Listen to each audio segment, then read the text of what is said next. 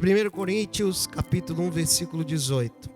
Certamente a palavra da cruz é loucura para os que perecem, mas para nós que somos salvos é o poder de Deus. Amém? Sente, querido, em nome de Jesus.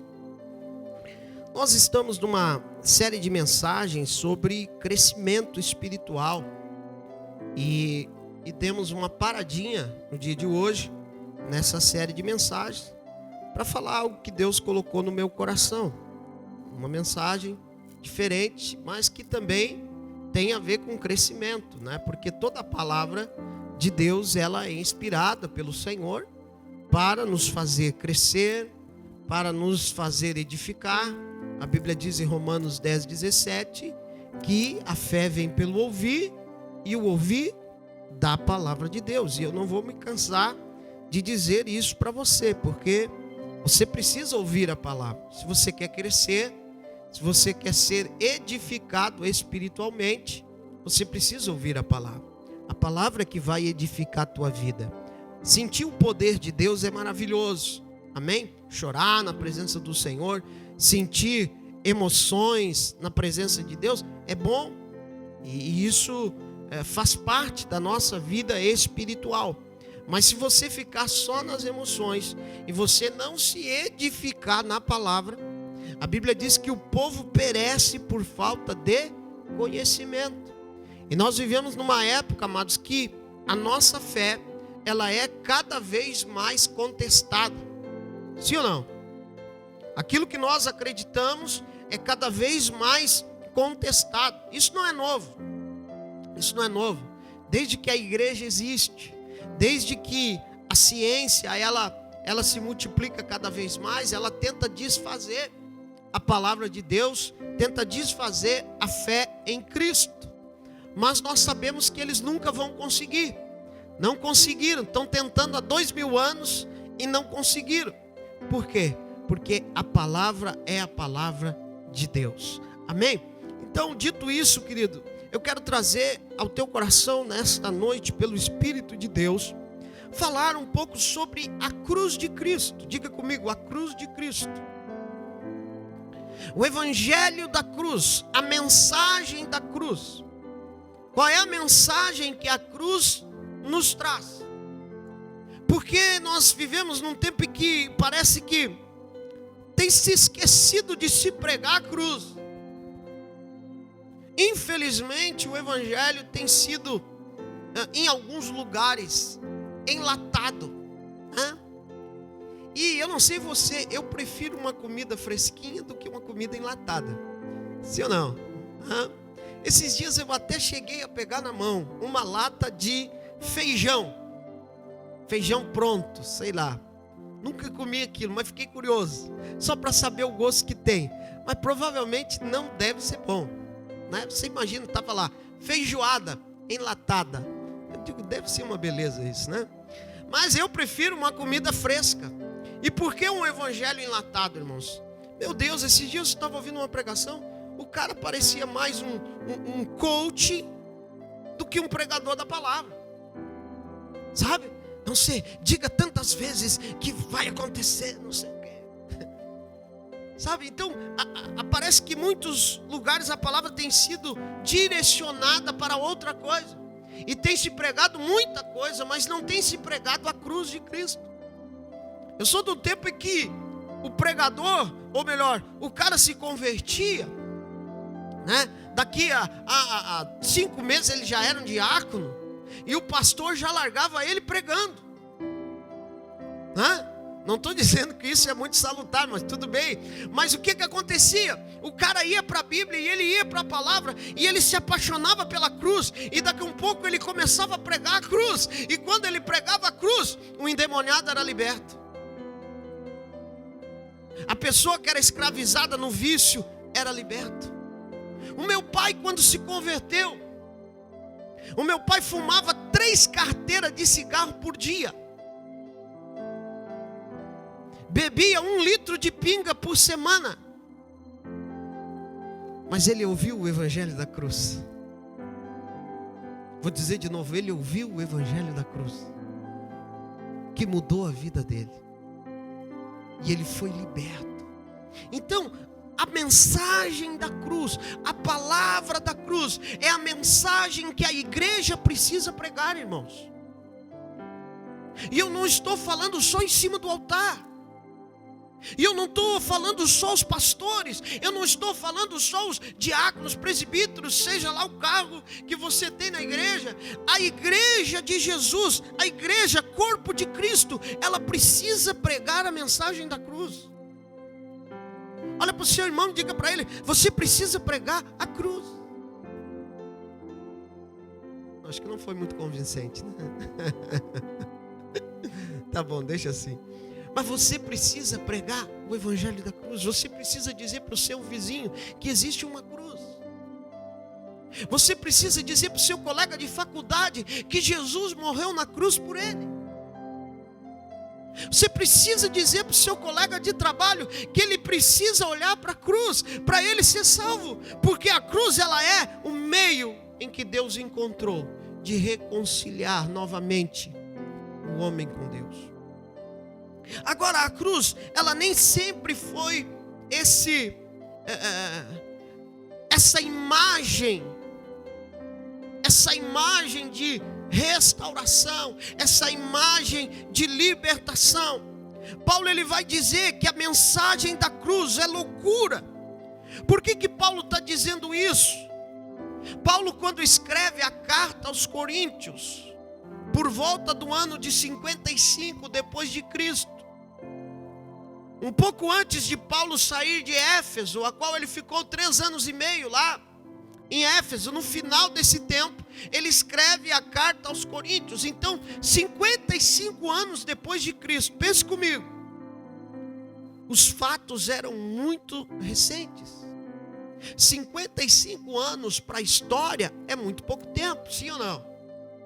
Então, certamente haviam pessoas que haviam conhecido Jesus, certamente haviam pessoas que tinham visto Jesus ressurreto, porque a Bíblia diz lá em Atos dos Apóstolos que depois da ressurreição, Jesus apareceu para cerca de 500 irmãos.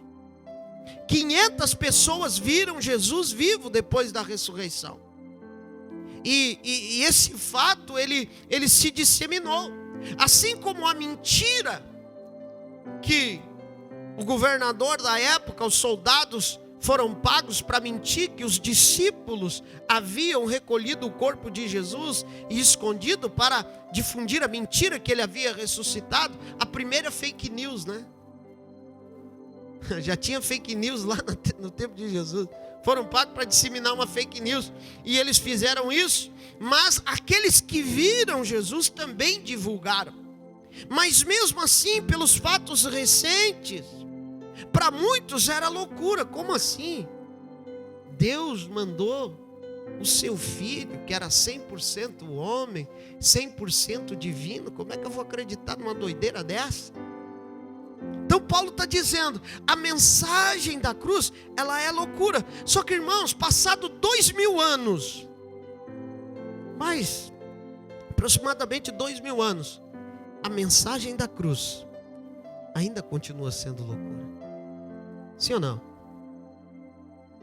A mensagem da cruz ainda continua sendo loucura. Mas a Bíblia vai dizer, é loucura para quem? Para aqueles que perecem.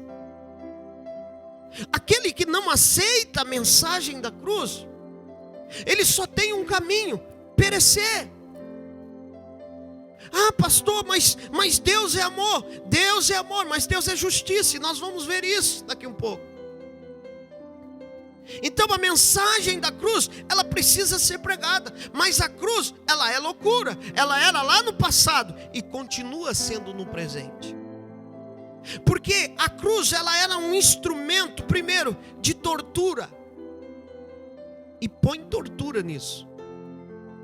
Se você for estudar um pouquinho sobre as crucificações, você vai ver que a pessoa que era crucificada, ela sofria por demais. Jesus, ele morreu, ele ficou pouco tempo na cruz. Porque no meu entendimento, irmãos, Jesus, na verdade, ele não morreu, ele se entregou. Amém? Amém? O que a Bíblia diz? Que o salário do pecado é a morte. Por que você morre? Quer dizer, por que você vai morrer um dia, né? Está amarrado, alguém já disse aí, né? Não. Mas por que a gente morre então? Vamos mudar o tempo. Por que a gente morre? Porque a gente peca. Quer viver sem morrer? É só não pecar. Facinho, né?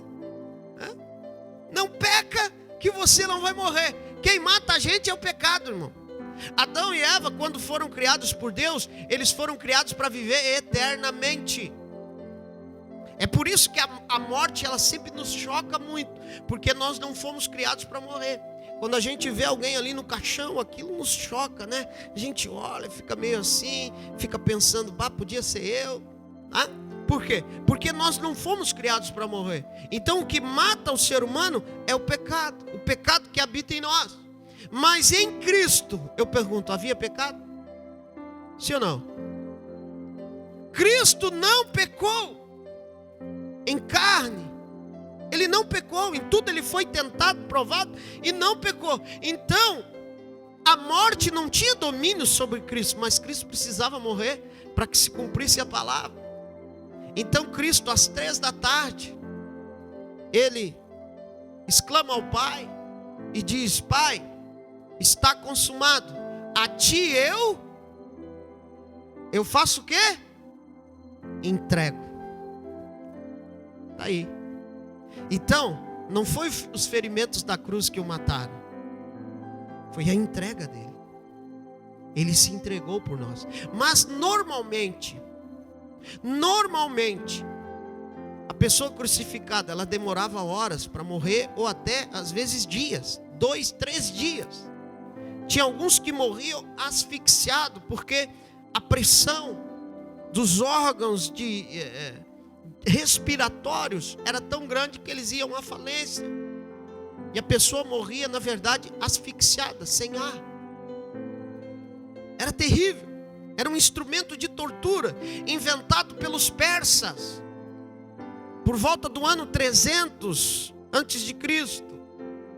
Eles inventaram. Depois Alexandre o Grande, quando começou a dominou a Pérsia, ele pegou isso, chegou a crucificar 2.000 soldados inimigos num dia só. Depois, quando o Império Romano domina o Império Grego, que se dissolve depois da morte de Alexandre Grande, agora Roma também pega e assume a crucificação também como um instrumento de tortura. E Roma foi o que fez a maior crucificação da história. Sabe quantas pessoas foram crucificadas num dia só? 6.000. Já pensou? 6.000 pessoas crucificadas num dia só. Quem eram eles? Eram insurgentes que tinham se levantado contra o Império Romano.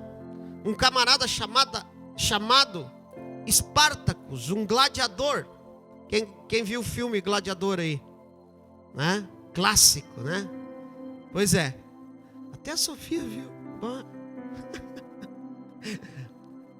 Espartacus, ele foge junto com mais 70 gladiadores, e ele forma um exército de 200.000 homens, entre eles escravos e até judeus, e fica lutando contra Roma durante 3 anos, até que um general romano, que eu anotei aqui, que de manhã eu não lembrei, Marco Licínio Crasso, venceu esses rebeldes, acabou com a revolta. E aí, para demonstrar o poder de Roma, sabe o que ele fez? Ele pegou e crucificou 6.000 desses camaradas, de 10 em 10 metros, durante 200 quilômetros. Já pensou? 200 quilômetros de pessoas crucificadas. Foi algo terrível. Essa era a imagem da cruz. Por que eu estou falando isso? Para que você entenda aquilo que Cristo sofreu por você. Amém? aquilo que Cristo enfrentou, a cruz era maldição. Quer ver? Abra sua Bíblia em Gálatas capítulo 3, versículo 13. Olha o que diz. Cristo nos resgatou da maldição da lei, fazendo-se maldição por nós, porque está escrito: maldito todo aquele que for pendurado no madeiro. Então Cristo se tornou maldição por mim e por você, querido. Cristo se tornou maldito. Ele não era ladrão, ele não era homicida, mas ele foi para o lugar deles.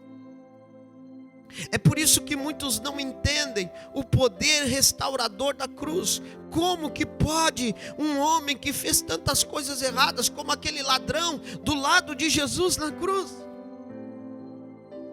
Aqueles dois ladrões, na verdade, representam a própria humanidade.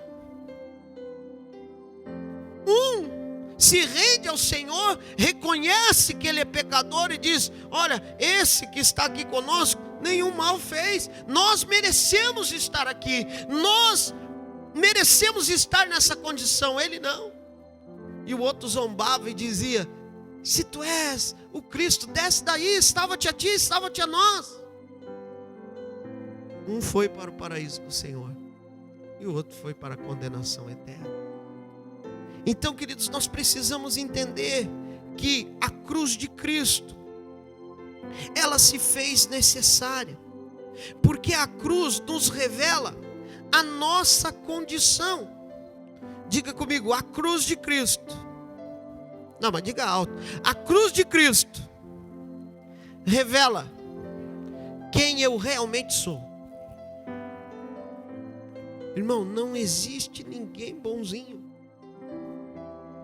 Se você acha que você é bonzinho, você está enganado. Nós não somos bons.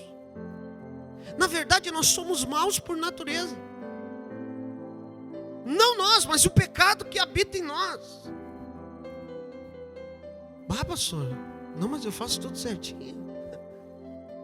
Mesmo assim, querido, com certeza no dia de hoje você cometeu algum pecado, ou alguns pecados. Em pensamento, em atitude. Pai, e aí o que eu faço? A resposta é a cruz de Cristo. Todos os dias nós precisamos ir à cruz de Cristo. Olha o que diz em Apocalipse capítulo 22, versículo 14. A palavra vai dizer: bem-aventurado aqueles que lavam as suas vestes no sangue do Cordeiro. O sangue do Cordeiro foi vertido aonde? Na cruz. E é interessante, irmãos, aquele dia que nós estávamos pregando na Santa Ceia sobre o significado da Santa Ceia, nós falamos que o sacrifício de Jesus, ele é vivo. Jesus está sendo crucificado todos os dias por nós. Como assim, pastor? Que loucura é essa? Apocalipse 13:8 vai dizer: o Cordeiro que foi morto desde a fundação do mundo. Como é que você vai entender uma coisa dessa? Então o sacrifício de Jesus, ele é vivo, ele está valendo todos os dias. Eu quero dizer para você que a cruz de Cristo ainda vale. Amém? O sangue de Jesus ainda está vivo, nos lavando e nos purificando de todo o pecado. Glória a Deus por isso. Mas a cruz, ela revela o nosso pecado. A cruz, ela revela as nossas iniquidades. Essa realidade, Romanos 3:23 vai dizer: porque todos pecaram e destituídos estão da glória de Deus. Não pode. O pecado não nos permite. Nessas condições não havia nenhuma possibilidade de ter paz com Deus. Sabe por que você consegue deitar no teu travesseiro e ter paz com Deus? Por causa da cruz. Aleluia. Amém? Sabe por que você tem paz no teu coração? Por causa da cruz. Por que muitas pessoas não têm paz no coração? Porque não tem cruz. Porque não tem Jesus. Quando vocês estão me entendendo, diga amém. Isaías capítulo 59, verso 2. Parte B do versículo vai dizer: as vossas iniquidades fazem separação entre vós e o vosso Deus. A cruz, irmãos, ela nos revela a nossa condição de pecadores. Sem a cruz de Cristo, nós não tínhamos nenhuma possibilidade de restauração. Nenhuma. É por isso que Paulo está dizendo que a mensagem da cruz, ela é loucura para quem perece, mas para quem é salvo, é o poder de Deus sobre nós. O poder de Deus nos elevando a sermos salvos. O poder de Deus nos dando a oportunidade de ter o nome escrito no livro da vida. Então, lá em Colossenses capítulo 1, versículo 13 e 14, acompanhe comigo. Olha o que diz: o qual nos tirou da potestade das trevas e nos transportou para o reino do Filho do seu amor, em quem temos a redenção pelo seu sangue, a saber, a remissão dos nossos pecados. Eu gosto muito dessa palavra. Paulo vai dizer que o Senhor nos tirou do domínio das trevas. Quem não tem a cruz de Cristo, ou quem não aceitou a cruz de Cristo, ele está sob o domínio das potestades das trevas. Irmão, não tem meio termo, infelizmente. Não tem em cima do muro. Ou você está na potestade das trevas, ou você está no reino do Filho do seu amor. E nós só fazemos esse transporte através da cruz. Quantos estão entendendo? Diga amém. Não tem outra maneira. Pastor, mas se eu fizer pagar uma promessa, eu andar 10 quilômetros de joelho e tal, não adianta. Se eu der toda a minha fortuna, que eu não tenho, para os pobres, se eu não passar pela cruz, não adianta. Não que você não tenha que ajudar os pobres, não que você não tenha que fazer caridade, não, pelo contrário, quem vai à cruz faz isso. Amém? Uma coisa não exclui outra, mas você não pode só querer fazer isso, você tem que passar pela cruz. Então Paulo vai dizer: em quem temos a redenção, em Cristo, pelo seu sangue, a saber, a remissão dos nossos pecados. A cruz, irmãos, ela é a ponte que nos liga a Deus. Nela está a nossa redenção. Amém? Você pode glorificar a Deus por isso nessa noite? Porque a cruz nos proporciona isso. Nos proporciona a salvação e nos proporciona ser livre da condenação eterna. Ah, pastor, eu não gosto nem de ouvir de falar isso aí. Querido, você precisa ouvir para você não fazer parte dela. Amém? Você sabia que Jesus nos evangelhos, ele falou mais no inferno do que no céu? Sabia disso? Jesus falou mais sobre o inferno do que o céu. Por quê? Para que você não vá para lá. Você já leu Lucas 16? Eu aconselho você a ler. Leia Lucas 16. Jesus faz, alguns chamam de parábola, outros dizem que não é parábola, porque Jesus coloca nome, né? Do rico e o Lázaro. Mas nada a ver com o rico e o Lázaro da Record, tá, irmão? Pelo amor de Deus, aquilo é novela. Não, um dia eu falei com o irmão, disse: pastor, agora eu estou lendo. Não estou lendo a Bíblia, estou vendo a Bíblia. Está vendo a Bíblia, irmão? Como? Não, estou assistindo aquela novela da Record, o rico e o Lázaro. É Bíblia pura. Cara, eu fui olhar um dia só para ver, né? Olhei um dia só para ver. Digo, não, vou dar uma olhadinha para tirar a prova, né? Que Bíblia, irmão? Heresia pura. É melhor você dizer assim, eu estou olhando uma novela, né? Mais ou menos, né? Tal, que tem algumas coisas. Aí beleza, mas não que você está vendo a Bíblia. Pelo amor de Deus. Né? Então, ali naquele texto, Jesus ele faz ali um paralelo, ele dá uma noção do que é o Hades, o inferno, e do que é o céu. E quem vai para um lugar e quem vai para outro. Irmão, deixa eu dizer para você, infelizmente, eu até queria poder dizer para você, olha, não tem problema, todo mundo vai para o céu, aleluia, glória a Deus, mas não. Existe uma condenação eterna. Apocalipse 20:15 vai dizer: aquele que não foi achado escrito no livro da vida foi lançado no lago que arde com fogo e enxofre.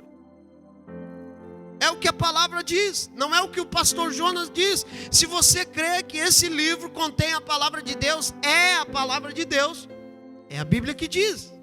E só vai ter o nome escrito no livro da vida aquele que se prostrar diante da cruz e reconhecer o sacrifício de Cristo pela sua vida. Amém? Isso parece básico, né? E é básico, é feijão com arroz. Mas é algo que você precisa compreender e entender. Amém? Então, queridos, o pecado, consequentemente, nos afasta de Deus. E ele deixa Deus irado. Aí lascou. Por quê? Como eu falei, a gente peca. Sim ou não? A gente peca, a gente transgride a lei. Agora você imagina, irmãos, nós que somos seres humanos, falhos, cheios de pecado, a gente se ira quando vê algo, quando a gente vê uma impiedade, quando a gente vê uma maldade, quando a gente vê uma perversidade, uma traição, a gente se ira. Eu disse que eu não tenho olhado mais jornal, muito pouco, porque está muito difícil você achar um jornalismo com isenção para tudo, não estou falando nem questão política, não vou entrar nesse meio, mas não tem mais isenção. O jornalista, ele tinha que entender que ele tem que dar notícia, ele não tem que dar a opinião dele. Se eu quero a opinião, eu vou procurar alguma crítica, mas eu quero saber da notícia. Fecha parênteses. Então, eu não tenho mais olhado. Mas aí a gente está ali, eu ia dizer folhando o Face, olha só. Estamos ali, né? Dando uma olhada no Face, e aí eu comecei a ver um negócio do menino, não sei o que, Miguel, uns desenhos, Jesus pegando ele, eu só queria minha mãe. Mas o que é isso? Aí fui procurar a notícia. Era melhor não ter procurado. Era melhor não ter olhado. Porque você se ira, você se indigna. Como é que uma mulher faz um negócio daquele? Aí você pensa, se eu encontro essa danada, peço só 5 minutos para Jesus. Aí você imagina, eu sou mau, a minha natureza é má, então, mas mesmo assim, com isso eu me indigno, eu me iro com a situação. Agora você imagina Deus que é santo, olhando a perversidade, olhando a pecaminosidade das pessoas. A Bíblia diz que Deus se ira. Deus não se ira com a pessoa, mas Deus se ira com o pecado. O pecado traz a ira de Deus. É o que diz lá em Romanos, capítulo 1, versículo 18 e 19. Vamos para a palavra. Olha o que diz. A ira de Deus se revela do céu contra toda a impiedade e perversão dos homens, que detêm a verdade pela injustiça. Porquanto o que de Deus se pode conhecer é manifesto entre eles, porque Deus lhe manifestou. A ira de Deus se revela contra toda a impiedade. Só que a grande questão, irmãos, é que muitas pessoas, por não compreender, a ira de Deus ela se revela, mas não na sua totalidade. Porque a Bíblia diz que a ira de Deus vai se revelar um dia. No dia do juízo. Tem algumas coisas que estão guardadas para o dia do juízo. Se você for ler Apocalipse, você vai ver a grande tribulação, que a Bíblia diz que o cálice da ira de Deus vai ser derramado. E aí, meu amigo, não queira estar lá. Porque a Bíblia diz que vai chegar um ponto que as pessoas vão dizer assim: montes caiam sobre nós, porque não suportamos a ira do Cordeiro. É sério. É o que a palavra diz. Então não é essa ira que Paulo está falando. É a ira que Deus fica, a indignação que Deus fica por causa do pecado. Mas ainda Ele não se manifesta contra essa ira diretamente, contra essa impiedade. Então, queridos, o pecado deixa Deus irado. Agora, a cruz de Cristo, ela revela também a justiça e o amor de Deus. Deus é um Deus justo. Diga comigo, Deus é um Deus justo. Agora deixa eu fazer uma pergunta. Se Deus é um Deus justo, eu e você somos pecadores, o pecado nosso ira a Deus, por que nós estamos vivos ainda? Por que Deus não acabou com a gente? Por que Deus não acaba com tudo então? Porque Ele é justo. E seria justo por causa do nosso pecado.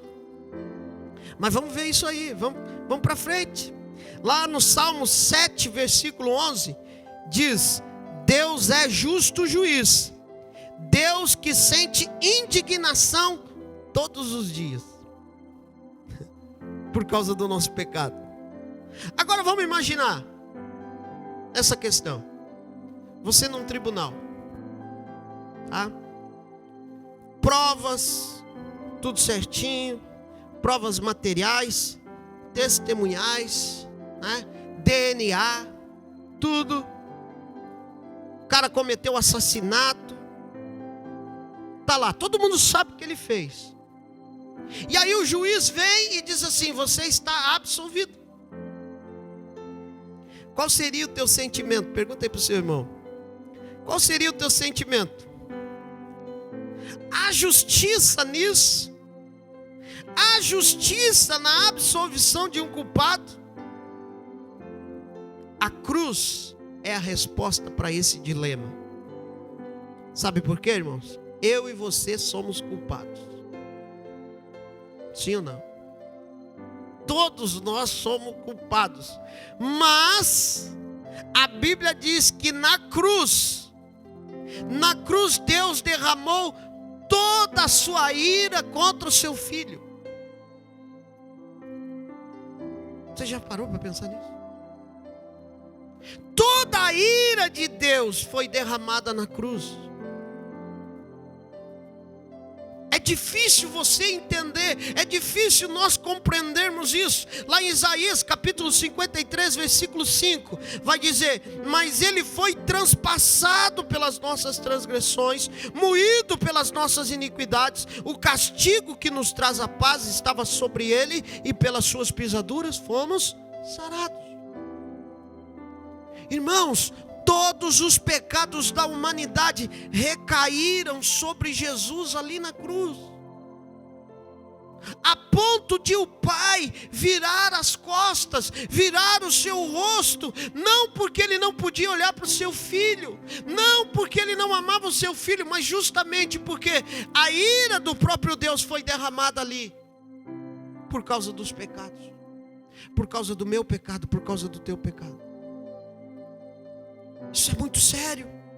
Isso é muito sério, meus irmãos. 2 Coríntios capítulo 5, versículo 21 vai dizer: aquele que não conheceu o pecado, o fez pecado por nós, para que nele fôssemos feitos justiça de Deus. Em Cristo nós fôssemos nos tornados justos. Aleluia. justificados. Romanos 5, versículo 1 vai dizer: justificados, pois, mediante a fé por Cristo Jesus. Aleluia. Se isso não alegra o teu coração, meu irmão, pelo amor de Deus, olha para o seu irmão e diga assim: ei, meu irmão, dá um glória a Deus aí, por favor. Só um, pelo menos. Em Cristo você foi feito justiça de Deus. Aleluia. É por isso, irmãos, que eu e você estamos aqui, porque na cruz a justiça de Deus foi feita. Ele morreu por nós. A ira de Deus foi por causa do nosso pecado. Foi ela que matou Cristo. E às vezes parece que a gente não entende isso. Eu vou na igreja. Por que você vai na igreja? Eu vou na igreja porque eu me sinto bem. Não, irmão. Você vem na igreja porque você tem que reconhecer o sacrifício de Jesus na tua vida. Você vem na igreja porque a cruz de Cristo te livra da condenação eterna. Você tem que vir na igreja porque você almeja um dia ir para o céu. As outras coisas são periféricas. Prosperidade, amém. Quem quer ser próspero? Eu quero, amém. Mas isso é periférico. Se Jesus não te der nenhuma prosperidade, mas Ele te levar para o céu, glória a Deus.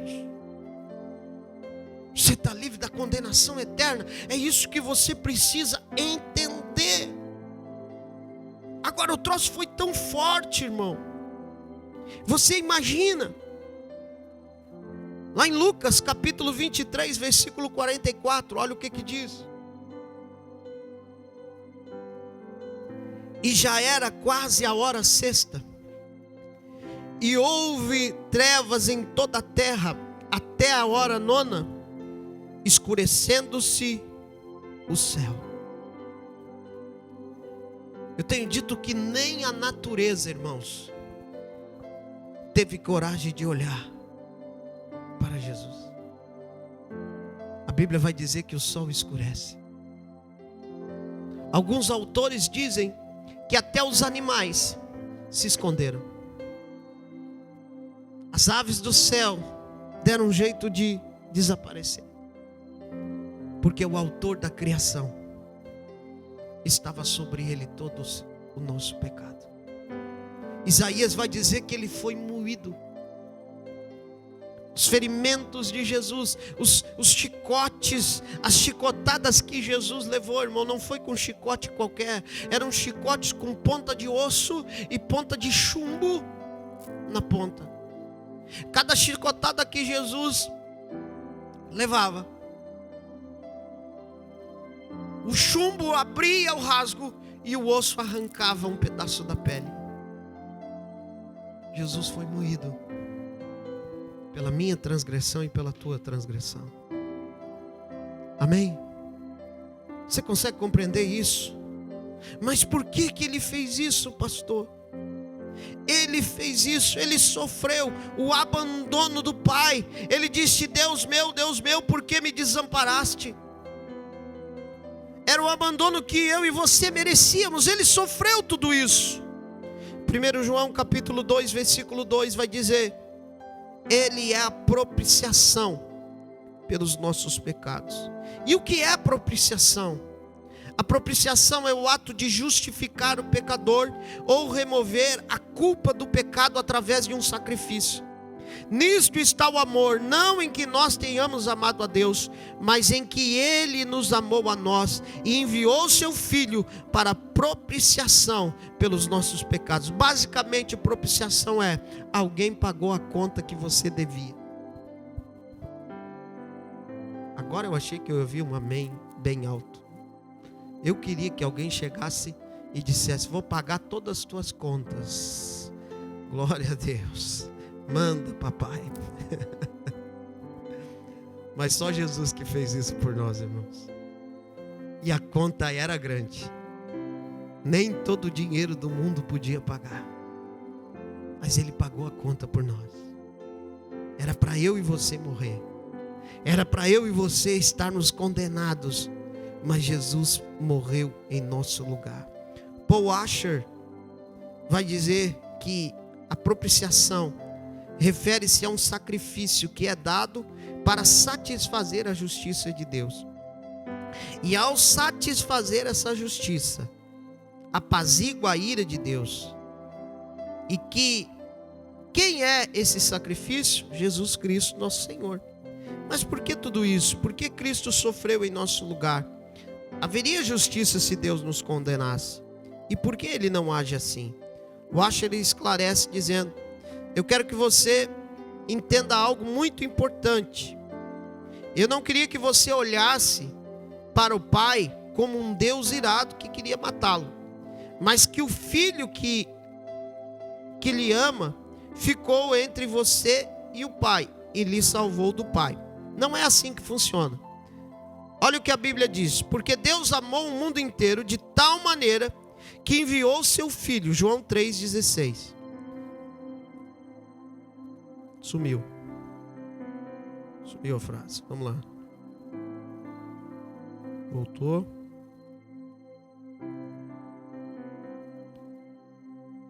Porque Deus amou o mundo de tal maneira que enviou o seu Filho. O Pai nos amou, mas eis o problema: nós pecamos, violamos a justiça, e na sua justiça Ele tem que nos condenar, aquilo que nós estávamos falando. E o Filho concorda com essa condenação, mas o Pai, o Filho e o Espírito Santo elaboraram um plano para nos salvar em amor. O Pai ama seu povo de tal forma que enviou seu Filho, e o seu Filho ama o seu povo de tal forma que aceita voluntariamente vir e morre em nosso lugar. Amém? Compreendeu? Falei muito rápido, né? Mas é basicamente isso. Então a resposta é: o amor de Deus que nos ama, apesar de nós, apesar de mim, apesar de você, nós somos alcançados pelo amor de Deus. Aleluia. Através do sacrifício de Jesus e através da cruz de Cristo, que reconcilia o homem novamente com Deus. Lá em Efésios capítulo 2, 13 a 16, diz assim, nós já estamos encerrando: mas agora em Cristo Jesus, vós que antes estáveis longe, já pelo sangue de Cristo chegastes perto, porque é pela nossa paz, o qual de ambos os povos fez um, e derrubando a parede de separação que estava no meio, na sua carne desfez a inimizade, isto é, a lei dos mandamentos, que consistia em ordenanças para criar em si mesmo dos dois um novo homem, fazendo a paz, e pela cruz reconciliar ambos com Deus em um corpo, matando com ele as inimizades. O que significa? Deus lhe salvou dele mesmo. Deus lhe salvou para ele mesmo, e Deus lhe salvou por intermédio dele mesmo. Isso é meio doido, né? Deus salvou a gente da própria ira dele. É ou não é meio maluco esse negócio? Mas é assim que a Bíblia diz: Deus nos salvou da sua própria ira, porque pela justiça de Deus nós teríamos que morrer, mas através de Cristo, através da cruz de Cristo, nós estamos aqui nessa noite para poder adorá-lo, para poder glorificá-lo em nome de Jesus. Você pode dar uma salva de palmas bem forte para Jesus por causa disso? Aleluia, glória a Deus, glória a Deus. Aprouve a Ele nos amar e salvar para Ele mesmo. Lá em 1 João 3,1 vai dizer: vede que grande amor nos tem concedido o Pai, a ponto de sermos chamados filhos de Deus, e de fato somos filhos de Deus. Você é filho de Deus em Cristo Jesus. João capítulo 1 versículo 12 vai dizer: todos quantos o receberam, deu-lhes o poder de serem chamados filhos de Deus. Filho de Deus é aquele que recebe Jesus, aceita o seu sacrifício e aceita a cruz de Cristo. Nem todos são filhos de Deus. Esse papo de que todo mundo é filho de Deus, não. Alguns são criaturas de Deus. Só é filho de Deus aquele que reconhece Jesus como único e suficiente Salvador e reconhece a cruz de Cristo. Amém? E para encerrar, querido, eu quero encerrar dando uma notícia para você. Através da cruz, o Senhor aniquilou a dívida que você tinha, a cédula que era contrária à tua vida. Que cédula era essa? A lei romana dizia que quando a pessoa cometia um crime, ela devia carregar uma cédula de madeira ou de pedra no seu pescoço, com os crimes que ela havia cometido, até ela cumprir a sua pena. Você imagina se essa onda pega hoje no Brasil, hein? O cara andar com... Nossa, e a gente que não ia nem conseguir de tanto colar que ia ter que andar usando, né? Pois é, e aí Paulo pega essa lei, essa expressão, e olha o que ele vai dizer lá em Colossenses 2,14. Havendo ele riscado a cédula que era contra nós, nas suas ordenanças, a qual de alguma maneira nos era contrária, e atirou do meio de nós, cravando-a na cruz. Aleluia, aleluia. A nossa dívida, a nossa cédula, ela foi cravada na cruz. Querido, coloca tudo diante da cruz de Cristo nessa noite. Ah, pastor, mas eu andei pisando na bola, eu andei fazendo algumas coisas. Coloca tudo diante da cruz nessa noite. E o Senhor vai estar cravando novamente. Eu disse para você que o sacrifício de Jesus, ele continua vivo. E a cruz do Senhor, a cruz de Cristo, ela está aqui. Amém? Eu quero convidar você para ficar de pé.